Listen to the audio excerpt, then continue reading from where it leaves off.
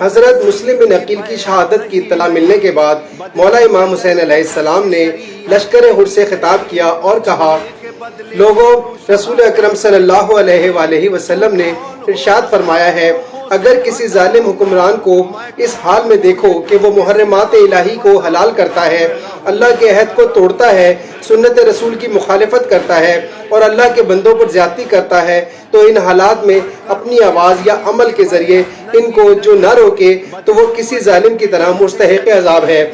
لوگوں، ان لوگوں نے شیطان کی اطاعت کر کے رحمان کی اطاعت چھوڑ دی ہے، فتنہ و فساد برپا کیا ہے اور اسلامی حدود اور تعزیرات کو معطل کر دیا ہے۔ ان لوگوں نے بیت المال کو اپنے قبضے میں لے لیا ہے اور اللہ کی شریعت کے حلال کو حرام اور حرام کو حلال قرار دیا ہے۔ اسلامی حکومت کی سربراہی کے لیے میں ایسے لوگوں سے زیادہ موزوں ہوں، اور میرے پاس تمہارے خطوط آئے ہیں اور بیعت کا پیغام تمہارے نمائندے لے کر آئے ہیں، اور تم نے یہ عہد کیا ہے کہ تم مجھ سے ہاتھ نہیں اٹھاؤ گے